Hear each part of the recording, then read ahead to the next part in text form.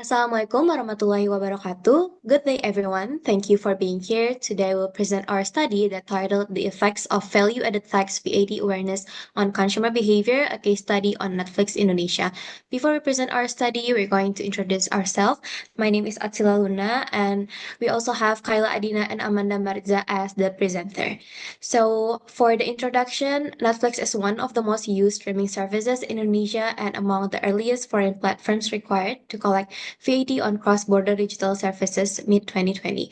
Indonesia's VAT rate rose from 10% to 11% on April 1, 2022, and again to 12% on January 1, 2025.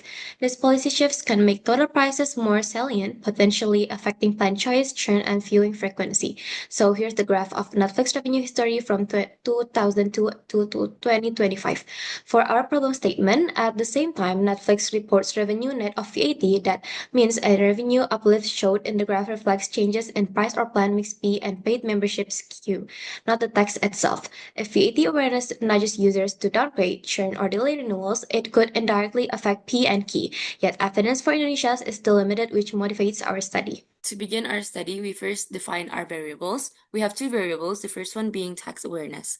Value-added tax is a consumption tax aimed at consumers who use these goods and services based on the imposition of goods and services that are the object of tax in the customs area. While consumer behavior is defined as the behavior that consumers display in search of obtaining, using, assessing, and rejecting products, services, and Indonesia. We also conducted a literature review, which you can see in the table on the side, where we found that um, expected users, we expected that Netflix users who are aware of VAT might reconsider their subscriptions or even change their plans, which supports our hypothesis that there is a relationship between VAT awareness and consumer behavior in Netflix Indonesia users. Next is our methodology. In this research, we use a positive approach, which means we relied on facts and measurable data. Our method is quantitative, done through a survey, and it is cross-sectional, which means we only collected the data at one point in time, not continuously. This method is suitable because it let us test the relationship between two variables, the tax awareness, the independent variable, and consumer behavior, the dependent variable. For the questionnaire design, the tax awareness was measured using 5 statements on Likert scale from 1 strongly disagree to 4 strongly agree. And the consumer behavior was measured with 6 statements also on Likert scale ranging from 1 to 4. To decide who joined the study, we used purposive sampling, which means we only picked Netflix subscribers in Indonesia who know about the VAT policy. In the end, we got 52 respondents, which is considered enough for a small-scale research like this. So moving on to our data analysis, for our respondent profile, by monthly income, it is dominated by people with a 3 million until 6 million income, and by age, it is dominated by people with 18 until 24 years old. So first, for the validity test, we conducted a validity test in Excel, checking whether each questionnaire item correlated well with the overall score. The results showed that all items were valid, meaning they successfully measured what they were intended to measure. To go deeper, we also ran a simple linear regression test. The R-square value was 0.043, meaning VAT awareness only explained about 4.3% of consumer behavior. The other 95.7% must come from other factors like pricing, service quality, or promotions. The regression coefficient for VAT awareness was positive 0.191, showing the direction of the relationship is upward.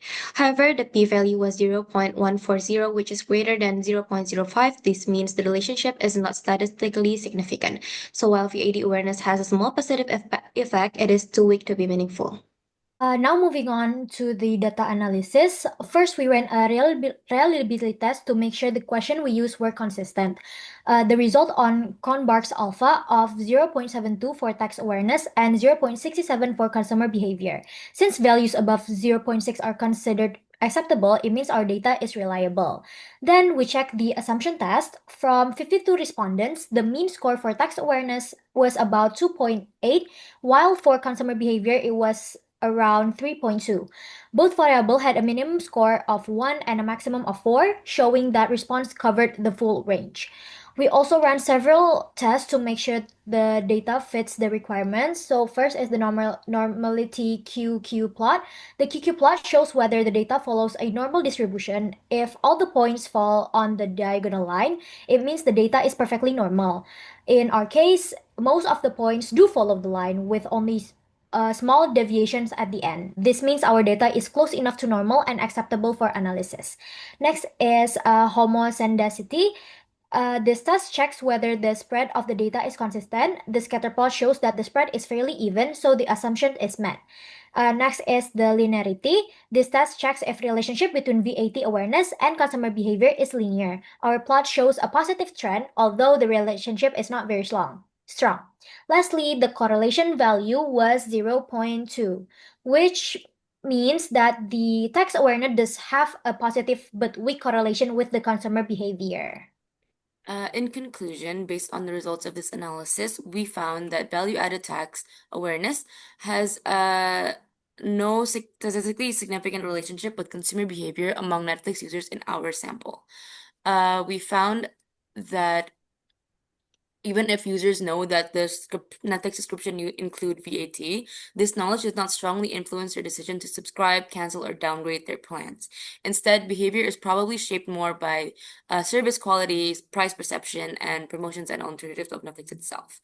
And this finding aligns with the idea that non-essential digital items like Netflix, entertainment value outweighs tax considerations. From this study, we give the following recommendations. For future research, we can expand beyond VAT awareness to other factors.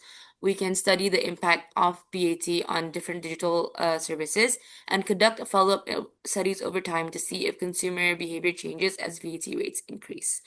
That is all from us today. Thank you so much for your time and attention. Wassalamualaikum warahmatullahi wabarakatuh.